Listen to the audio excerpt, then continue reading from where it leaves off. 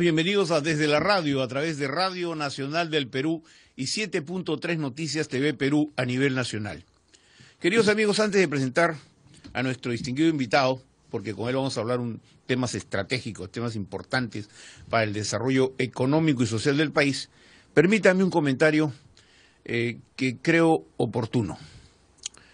El día de ayer se gestó una marcha, una de las marchas que los jóvenes han venido promoviendo para mostrar su desacuerdo con la ley de promoción al trabajo juvenil. De acuerdo, así es la democracia. Si no están de acuerdo, pueden protestar.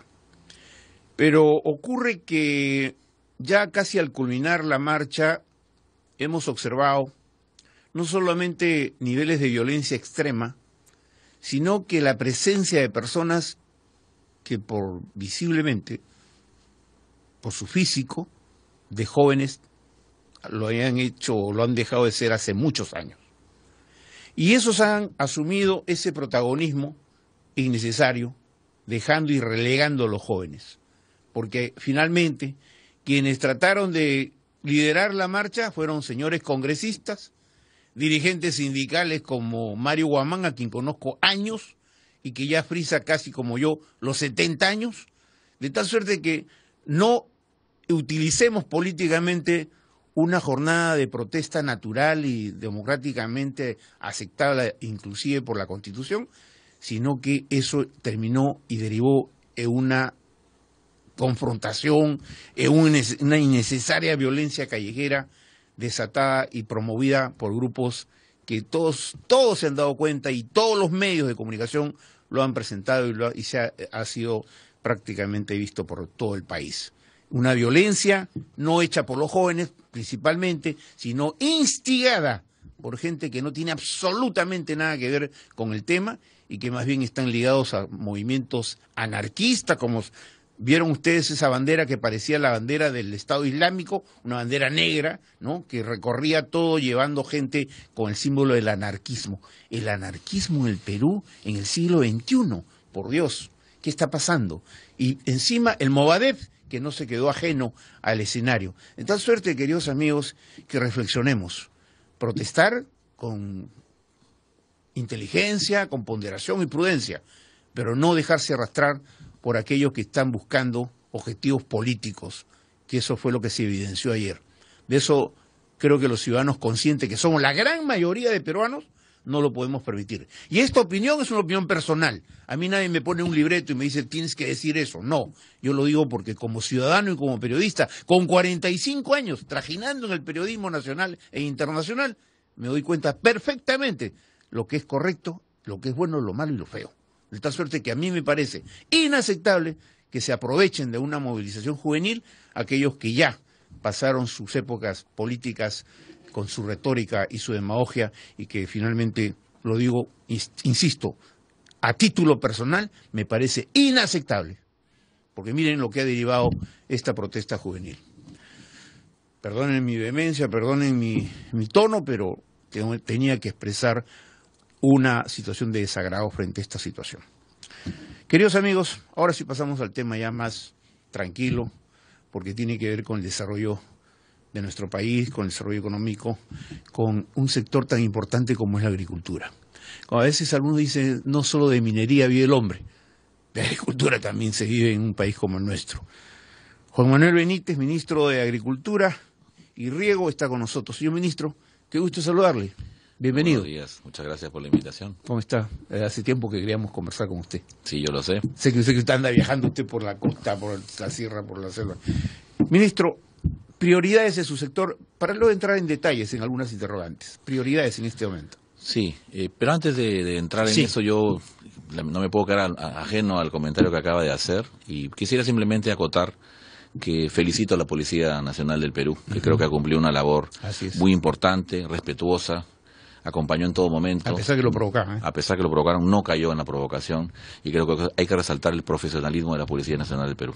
Punto. Pasamos ahora sí a responder la pregunta. Prioridades, Prioridades, bueno, el Perú es mega diverso y tiene una gran cantidad pues de de posibilidades en distintos aspectos climáticos, geográficos, así que vamos a tratar de ir un poco por zonas geográficas. Correcto. En cuanto a la costa, consolidar los grandes proyectos que tenemos todavía en cartera. Olmos se inauguró hace poco, está ya en pleno desarrollo. Chavimoche, que estaríamos empezando ya a ejecutar las obras en breve. La primera piedra está programada, ojalá, para este primer trimestre del año. Y eso nos llevaría a una ejecución de por lo menos 3 o 4 años por delante, con miras a incorporar 63.000 hectáreas nuevas y mejorar 43.000 hectáreas que ya están en producción. Majesiguas 2, que también está en Arequipa, cerrando unos temas de adendas, unas complicaciones que hubieron. No sé si usted recordará este tema que hubo entre Espinar. Sí, claro. Detuvo lamentablemente las obras y eso ha llevado a una renegociación de adendas, pero que también está prácticamente en su fase final ya, y eso implicaría retomar las obras que nos llevarían nuevamente hacia unos 3 años por delante, con miras a incorporar 38.500 hectáreas nuevas. Ahí tiene que ver básicamente todo el sistema de riego. Sí, eso es la infraestructura, esa es la presa de Angostura, claro, ¿no es cierto? El reforzamiento del canal principal, y eso nos llevaría a la Pampa de Majes a incorporar 38.000 hectáreas nuevas. Así es, 38.000 hectáreas. Ahí tenemos que consolidar la agricultura de exportación, la agricultura rentable, la agricultura que además espero se vaya extendiendo a otros valles que hoy día son considerados de agricultura tradicional, porque y vengo justamente de viaje de Moquegua, de Tacna, el viernes estuve en Arequipa, con algo que se está haciendo recurrente, que es esta afectación del cambio climático que está generando algún estrés hídrico. El año pasado estuvo en el norte, este año está en el sur. Tenemos que tener políticas al respecto, y por eso una de las prioridades también de este gobierno es por lo menos dejar sentadas las bases de lo que debe ser la optimización del uso del agua en la costa. Trabajar en lo que es cambio de cultivos que son altamente demandantes del recurso hídrico, a los que son de menor demanda, como estamos haciendo con Proquinoa, por ejemplo, tratando de sustituir arroz por quinoa, y también el uso de riego tecnificado. El goteo, principalmente en costa, sería muy razonable que el Estado lo promueva. Cada gota de agua que es escasa debe ser utilizada en su mejor alternativa, la más rentable. En los niveles intermedios, en las cuencas intermedias, en las partes medias, digamos, de los valles, necesario propiciar la capacidad de almacenamiento de agua. Y ayer estuvimos muy motivados porque las regiones tienen proyectos de inversión al respecto, y tenemos los recursos en el Fondo Mi Riego para poder trabajar ese tipo de proyectos. Y en las partes más altas, en las cabeceras de cuencas, fundamental la siembra y cosecha de agua. De cara hacia el futuro tenemos una deglaciación acelerada, se pierden nuestras grandes reservas de agua, se van al mar, necesitamos almacenarlas, pero también necesitamos producir más recursos, y eso se genera a partir de una reforestación intensiva en las partes altas. Majesiguas, ministro, usted sabe que la parte sur es una zona minera, sí. Entonces pero usted sabe que la minería no genera empleo masivo. No. La agricultura sí genera empleo masivo. Casi el 25% de la pega está en agricultura. En agricultura, ¿no es cierto? En Majesiguas, ¿cuánto calculan que puede reactivar, digamos, el empleo directo a los campesinos? Para darle una idea, uso un ejemplo y comparo. El caso de Ica, que además también está sufriendo un problema de estrés hídrico, pero el caso de Ica prácticamente está en pleno empleo. Y eso no es por minería, es un tema de agricultura. Incluso está capturando mano de obra de Huancavelica y de Ayacucho. Y lo lamentable es el problema del agua. Así es. Lo mismo está pasando con el valle de Chavimochic hoy día. El Chavimochic también tiene en La Libertad acercándose a pleno empleo. Piura igual. Y eso básicamente es agricultura. Por eso que le decía, tenemos que consolidar esta agricultura de exportación, esta agricultura moderna, esta agricultura que genera empleo, esta agricultura que además está empezando a dar valor agregado y que nos permite conectarnos a mercados internacionales. Usted está hablando básicamente, al mencionar Olmos, Chavimochic y Majesiguas, está hablando de costa. Por eso decía, primera parte, correcto. Costa. Pasemos ahora a Sierra. Bien. En Sierra, intensivamente riego. Y para eso el Fondo Mi Riego, que esperamos hacia el final de este gobierno ejecutar 2.500 millones de soles, deberíamos ampliar la frontera agrícola bajo riego, por lo menos en 140.000, 150.000 hectáreas. ¿Eso qué nos va a permitir? Nos va a permitir posicionar a la sierra como el gran productor de alimentos del país. El llamado a asegurar, digamos, la alimentación de las grandes ciudades de costa, sierra y selva, es precisamente la sierra donde está la agricultura familiar, la pequeña agricultura del Perú. El 80% de la agricultura familiar está en sierra. Y ahí es donde tenemos que hacer un gran esfuerzo, acompañando esto obviamente con planes de negocios, con financiamiento, con asistencia técnica. Ministro, si usted me permite, porque claro, en los grandes proyectos importantes como Olmos, como Chavimochic y como Majesiguas, que están en la costa, la inversión privada ha sido vital. ¿correcto?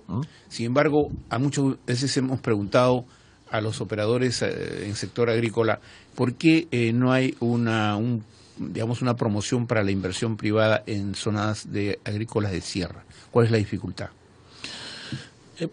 Básicamente accesibilidad, diría un poco, es un primer tema. Infraestructura vial, eso es un tema. El segundo tema es la tenencia de tierras. En sierra básicamente son comunidades campesinas, muy atomizadas. Sí, están tituladas, pero en buena parte, pero además tienen una atomización muy grande. Si bien toda la agricultura en general en el Perú, más que en la costa, toda la agricultura en el Perú está atomizada, en sierra es excesivamente atomizada, ¿no? Hay propiedades de un topo, medio topo, ¿no? Justamente cuando la familia crece, el padre lo que hace antes de despedirse de este mundo, lo que hace es reparte la tierra. Y se va, exactamente. Pero esa no es tampoco es una dificultad que no pueda superarse. Sobre la base de una visión que también queremos impulsar de nuevo cooperativismo, asociatividad, claro, que nos permite incluso engancharnos con el sector privado. Eso genera cadenas productivas muy interesantes, ¿no? Una línea potente para asociar, yo diría, a las comunidades con la empresa privada es la reforestación. Tenemos 10 millones de hectáreas con aptitud forestal en sierra para fines comerciales, que podría ser una gran alternativa, la AFP de los pequeños productores. ¿Estos 2.500 millones están destinados para esa zona? Para riego, sí, eso es para riego en sierra, de 1.000 metros de altura hacia arriba. Y ahí, por eso decía, acompañamos esto con asistencia técnica, con financiamiento, y deberíamos entrar en el bloque forestal. Es posible que en esas zonas, que la geografía, usted sabe, es tremendamente difícil, me imagino que cuando usted viaja allá tiene que ser más o menos un escalador, ¿no? En algunos casos, no es fácil llegar. Yo recuerdo haber hace tiempo recorrido la parte de la serranía, la parte altoandina, pero la predisposición de las comunidades en hacer cambios importantes, cambios históricos, un paso adelante. La tecnología aplicada a la agricultura es en este momento casi no solo indispensable, es una cosa obligatoria. El riego por goteo, por ejemplo, para un mejor aprovechamiento de las aguas. ¿Eso se está haciendo? Sí. Estamos trabajando en dos niveles. En sierra es aspersión también, aspersión también, trabajando en las terrazas. Tenemos un programa de recuperación de andenes. Eso es vital, ¿no? Es vital, ¿no? Son tecnologías ancestrales, pero que son absolutamente vigentes, sobre todo para adaptarse al cambio climático. He visto algunos proyectos. Tendríamos que tener un programa más amplio para poder explicar un poco con las ventajas de los andenes, pero efectivamente son tecnologías que todavía son vigentes. Además, ¿por qué? Porque el mundo está demandando no solamente grandes cantidades de alimentos, que muchos son producidos usando transgénicos, sino que también está demandando el producto ecológico, el producto tratado bien, el producto que se produce orgánicamente, el producto que está hecho por pequeños agricultores. Tiene un valor hoy día en el mercado. Si asociamos eso a la gastronomía peruana, que tiene un gran potencial en el mercado mundial, creo que estamos abriendo una ventana muy interesante también para pequeños productores. Lo que hay que hacer es darle las condiciones para que puedan producir mejor, sean más productivos, para que puedan satisfacer sus necesidades básicas y el excedente lo coloquen en el mercado. Y para colocarlo en el mercado necesitamos comunicación. Y este gobierno está trabajando fuertemente en lo que son vías de penetración. ¿Está haciendo algún tipo de diversificación en la producción? Porque usted sabe que hay demasiada concentración de papa. Sí. Que, por ejemplo, Andahuayla es una papera, pero ¿no? Y todo eso está lleno de papa. Pero no todos, todo debe ser papa. De acuerdo. Hay que diversificar un poco la agricultura. Hoy día una gran oportunidad se presenta en los granos andinos. De eso vamos a hablar, pero no lo mencione todavía porque de eso lo vamos a hablar. Está bueno, entonces lo dejo ahí como titular. Terminemos esta etapa de la entrevista con la selva. ¿Qué se está haciendo con la selva? Entonces cerramos sierra hasta el momento. Me quedé con lo de AFPs, ojo anotándolo ahí porque es importante lo de la parte forestal. La parte forestal, porque son cultivos de largo plazo. Estamos hablando de 15, 20 años de reforestación, pero muy interesante, porque yo quiero señalar algo. La inversión en sierra es muy rentable, desde el punto de vista social, desde el punto de vista de la inversión pública, es muy rentable, porque generar oportunidades en la sierra implica también dejar de presionar, ahí me voy a la selva. Mucho de la deforestación que hay hoy día en selva es por agricultura migratoria, que proviene principalmente de sierra, que busca espacios, busca terrenos donde hacer agricultura. Empiezan de ceja de selva, van avanzando. Exactamente. Entonces, ¿qué ocurre? Ellos, en su usanza tradicional, deforestan, hacen agricultura en suelos que no son agrícolas sino forestales, se acabó la productividad, pasan al siguiente bloque. Entonces, generando oportunidades en la parte alta, en sierra, generamos una barrera natural, digamos, ¿no? que impida que sigamos avanzando en la deforestación. Ya en selva mismo, lo que es agricultura, ahí tenemos principalmente cultivos, bueno, los naturales hoy día, que también encuentran mercados interesantes, como camu camu, cítricos, pero yo me quedaría en un par que son para mí los más importantes, que son café y cacao, en la ceja de selva en particular. Un cacao que crece fuertemente, que está teniendo buenos mercados, que además se ha comprobado científicamente que es oriundo del Perú, y eso hay que aprovecharlo. Te va a Francia y se pide una tableta de chocolate y atrás dice cacao peruano. Pues así es, y de aroma. Es un café es un cacao muy especial. Y también el café que tiene 425.000 hectáreas en este momento en todo el Perú. ¿Se superó el tema de la roya? Estamos en ese proceso. Se ha atenuado el impacto por lo menos a la mitad. Y estamos trabajando en renovación de plantaciones con una inversión que al Estado le ha significado 400 millones de soles, por ser el cultivo más importante del Perú en extensión. Para subsidiar a los campesinos. Subsidiar no necesariamente, los subsidios fueron 100 millones de soles. Los capitaleros? Hemos hecho una recompra de deuda para darles un poco de oxígeno, ellos puedan tener una mayor, digamos, tranquilidad para producir. ¿El Estado directamente? El Banco Agrario. Y también también recursos del Ministerio de Agricultura en el Fondo Agroperú, que ha otorgado también recursos para que se puedan prestar para renovar plantaciones. O sea, no se les ha regalado, se les ha prestado. Y eso es algo que quiero resaltar. El agricultor del Perú no necesita regalos. El agricultor del Perú hoy día mira mercado. Hoy día él lo que quiere es lograr con sus propios esfuerzos su superación. O sea, honra su compromiso. Absolutamente. Tenemos un nivel de morosidad en el Banco Agrario que es espectacular. Alrededor de 3% estaba comentando. El sistema, pero por supuesto. El pequeño agricultor, si uno lo trata bien y lo hace comprender que si él cuida el banco es su futuro, responde. Correcto. Ministro, pero no he terminado todavía con selva, porque ahí viene el tema también principal, que es la parte forestal. En selva sí es absolutamente indispensable trabajar esquemas agroforestales, por un lado, dándole, viabilidad también ambiental al café y al cacao, porque sin duda también colaboran un poco con el calentamiento global, pero si uno hace un esquema agroforestal, atenúa eso. Pero por otro lado, revisar todo este proceso de concesiones forestales. Se dieron de una manera tal vez no apropiada, pequeños, no hubo espalda financiera, no hubo capacidad. Hay una explotación salvaje. En alguna manera creo que hay que revisarlo. De 18 millones que son aptos para concesionar, se hizo la mitad, y de esos están actualmente funcionando 3,5 millones. O sea, en realidad hay control, pero creo yo que el control principal no es el del Estado, el control principal es del propio inversionista. Por eso hay que buscar mejores inversionistas.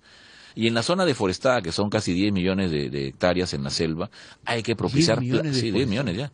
Hay que propiciar plantaciones forestales, como si fueran cultivos, como si fuera una naranja. ¿Cómo se promovería eso? Ya tenemos un decreto supremo que ha permitido liberar algunas trabas burocráticas que ponían en una situación casi a la plantación forestal como si fuera bosque natural, entonces hacía casi imposible que un inversionista pudiera hacer eso. Sea nacional o extranjero, puede acceder a ese Exactamente, ahora se puede titular tierras. ¿Bajo qué compromiso de reforestar? Reforestar, porque lo que hay que respetar es el uso del suelo, no hay que cambiar el uso del suelo. Claro, porque si es un terreno forestal, degrada el suelo. Exactamente, debe seguir siendo forestal a través de plantaciones. Brasil aporta casi 3.5 del PBI en el sector forestal, Chile casi 2,5. Estamos hablando pues de países, bueno, en el caso de Chile, que no tiene pues las capacidades que tenemos nosotros. Tiene información ayer, creo que ha salido, ¿no? De una cantidad de talas de árboles de madera muy ¿Sabe cuánto importamos de madera nosotros? 1.000 millones. ¿Importamos? ¿Sabe cuánto exportamos? 150 millones.